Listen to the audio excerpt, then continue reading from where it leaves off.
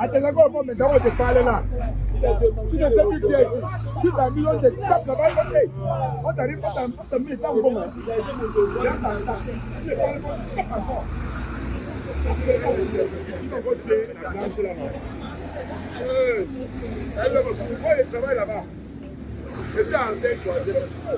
Ils ont tué la blancheur. Donc, le moment là, non. Même les tables en route là. Le lavage. Maison par maison, lavage. Ce n'est pas leur problème.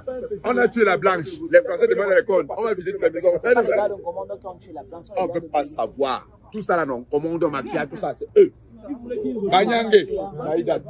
Il t'a mis que chaque jour, non. Il ne savent pas rien qu'ils ont tué. Tu parles, il peut te passer bien. Le renseignement. Oui. C'est pas les gars. Tu sais pourquoi les gens souffrent maintenant? Il est où quand on tue la blanche. C'est ça maintenant qui ramasse. Maquia, commando, tout ça.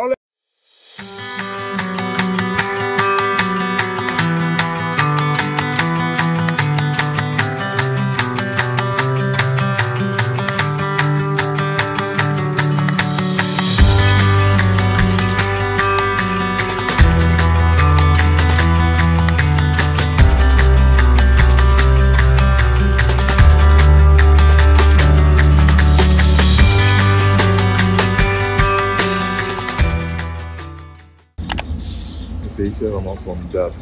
Il est, on montre 1h36, il est 1h36, on montre. On est conscient, on pose une histoire de 500, on va essayer comme ça.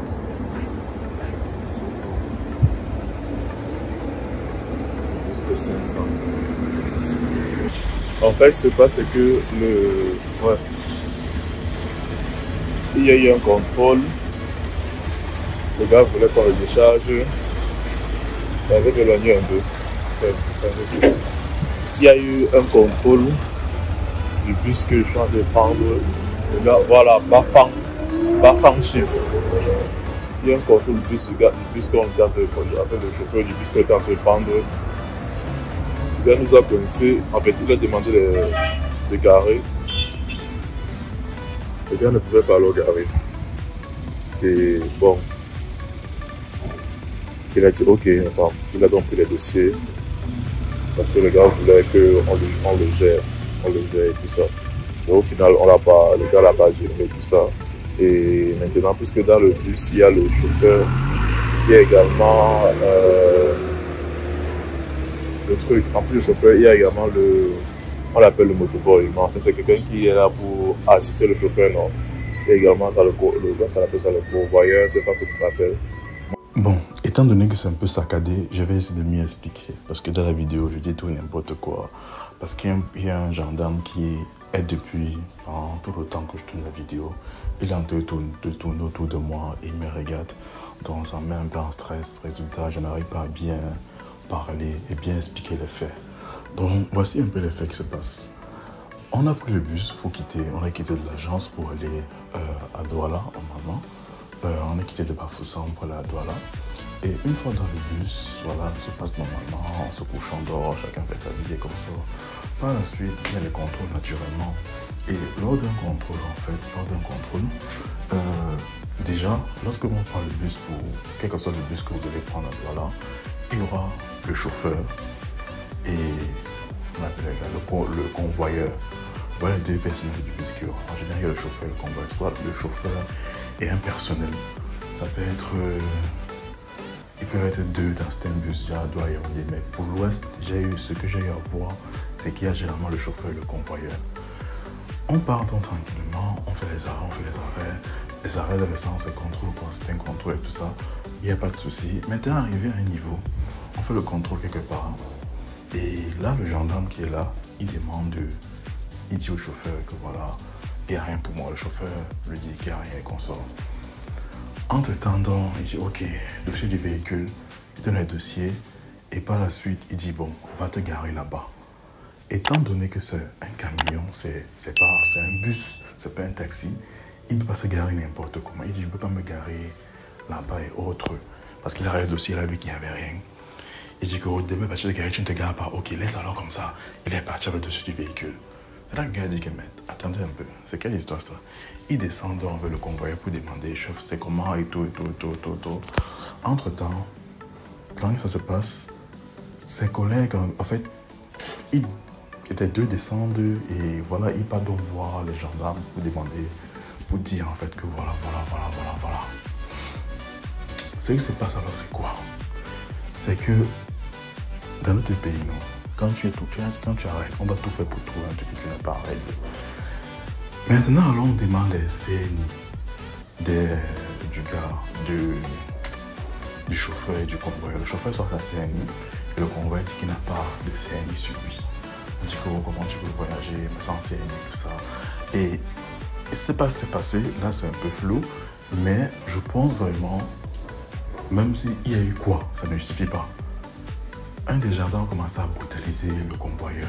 Il a le taper, à le gifler, à le taper, tout ça. C'est là que ça a révélé tout le monde. Tout le monde dit, hey, pourquoi il tape le gars en question? Les gars sont descendus pour demander plus d'informations et tout ça. Et c'est là qu'il a arrêté de taper alors. Quand il a vu les gens descendre, il a arrêté de taper et tout. Là, ce qui se passe, c'est que on demandait que, mais pourquoi il a frappé? Apparemment, il a posé une question, le convoyeur ne voulait plus répondre. Et face à son refus de répondre, il a agi donc par la violence. Comme je dis, quel que soit le motif, ça ne justifie pas qu'on frappe quelqu'un. Ça ne justifie pas qu'on frappe quelqu'un. Et résultat, il a les dossiers du véhicule et le convoyeur, il a dit qu'il le garde là. Il le garde en vertu de quoi, je ne sais pas. Il le garde pourquoi, je ne sais pas. Il le garde dans quel but, je ne sais pas. Il dit seulement qu'il le garde. On ne pouvait pas partir sans les dossiers du véhicule et sans le convoyeur. Donc résultat, on est resté là-bas pendant plus de 30 minutes. Pendant plus de 30 minutes, on était là. Et à chaque fois qu'il essaie de faire une vidéo, il y a un gendarme là, un des gendarmes qui a tapé le gars, qui était toujours en train de me regarder, en train de me suivre. Et moi, ça me faisait déjà mal à l'aise en fait. Et vraiment, on ne connaît pas comment elle a payé. Si on peut dire comme ça, quand tu es rentré chez toi, on te prend, on dit qu'on te met les cas, que voilà. Donc, c'est pour ça que dans la vidéo, le son est un peu bizarre. Bien, je débite beaucoup de choses, mais je ne dis rien de vraiment bien. En fait, je ne dis rien de vraiment intéressant. C'est pour ça qu'ils vont préférer faire cette note vocale par la suite. Pour dire que tout le deuil c'était compliqué. Tout le deuil c'était compliqué. Par la grâce de Dieu, on a enterré mon père et voilà, ces choses se passent maintenant comme ça. Mais vraiment, le deuil c'était vraiment compliqué, le chèque compliqué, vraiment compliqué. Mais par la grâce de Dieu, c'est terminé et là on peut continuer la vie. La vie continue, les choses avancent. Je pense qu'on mérite vraiment les dirigeants qu'on a. Nous, les Camerounais, on mérite vraiment les dirigeants qu'on a. Voilà maintenant qu'on a initié. Bref, puisque il y a eu depuis une heure, on est là et le gendarme a dit, un des gendarmes a dit que bon, ok, on va donc prendre la plainte parce que beaucoup de gens disent, il y a des gens, parce que moi, j'ai pas vu la scène. Je tente de dormir au moment là et il y a des gens qui ont vu la scène comment il y avait bagarre, les gendarmes tapaient le motoboy. Et là maintenant, un des gendarmes dit ok, étant donné que vous dites que voilà, vous avez vu la scène, venez donc témoigner. On prend votre témoignage en compte. Et quand ça va se passer, quand on aura besoin de ça, on va mener ça au tribunal. On va vous appeler de venir témoigner de nouveau, de venir vraiment appuyer votre témoignage. Et c'était un peu ça. Il a dit bon, ceux qui veulent témoigner, ils ont vu la scène de A à Z, viennent donc témoigner pour parler de la scène. Au départ, il y avait au moins 10 personnes qui disaient qu'ils avaient vu la scène. Il y a au moins 10 personnes qui disaient qu'ils avaient vu la scène.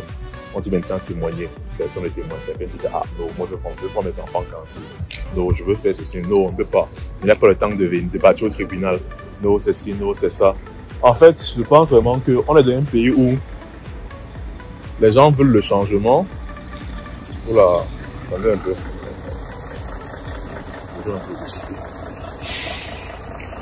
Les gens veulent le changement, mais ne veulent pas payer le prix du changement qu'ils veulent.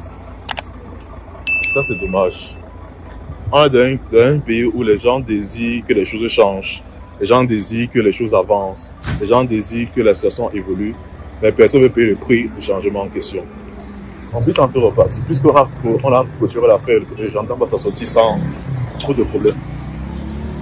Donc là, je te laisse. Je rappelle le processus. C'est triste. C'est vraiment triste. Voilà la situation où 2 gendarmes ont brutalisé un civil parce que les autres civils ont peur de témoigner. On a tellement muselé depuis les gens arrivés ici que vraiment on laisse les gendarmes sans rien. Aucune sanction, rien. Chacun dit qu'il veut voir ses enfants grandir et autres. Bref, je vous laisse. C'est triste et dommage. On a des dirigeants comme d'autres. Pour terminer la vidéo, j'encourage vraiment tous ceux qui sont face à des injustices de dénoncer. Ils sont vraiment face à des injustices de dénoncer, de vraiment dénoncer. C'est en dénonçant que les choses vont changer. Je continue à dire, j'ai pris l'exemple, il y a des membres, tu as vu par rapport à la sous-préfecture. On était coincés à la préfecture, autant pour moi. Si chaque mois, au moins 10 personnes ont le courage de dénoncer, je dis bien chaque mois, au moins 10 personnes, j'ai 10 personnes ont le courage de dénoncer, je vous assure, la corruption va baisser d'un cran. La corruption va vraiment baisser d'un cran dans ce pays. C'est parce que souvent on n'a pas le courage de dénoncer que les choses continuent. Le problème du Cameroun, ce n'est pas juste Paul Biya, c'est à toutes les échelles. C'est à toute échelle qu'il y a un problème. Et il faudrait éradiquer le mal jusqu'à sa racine. Donc j'encourage vraiment les uns et les autres à, lorsqu'ils sont face à des injustices, à des cas de corruption, à dénoncer et à ne pas se taire, ne pas avoir peur, mais dénoncer. C'est difficile, c'est facile à dire et pas facile forcément à faire. Mais je dis vraiment, c'est la meilleure des choses qu'on puisse faire. Se lever et dénoncer les cas d'injustice. C'est un peu ce que je voulais partager avec toi dans cette vidéo. Que le Seigneur t'aide et te bénisse dans ta vie au quotidien. Allez, à la prochaine.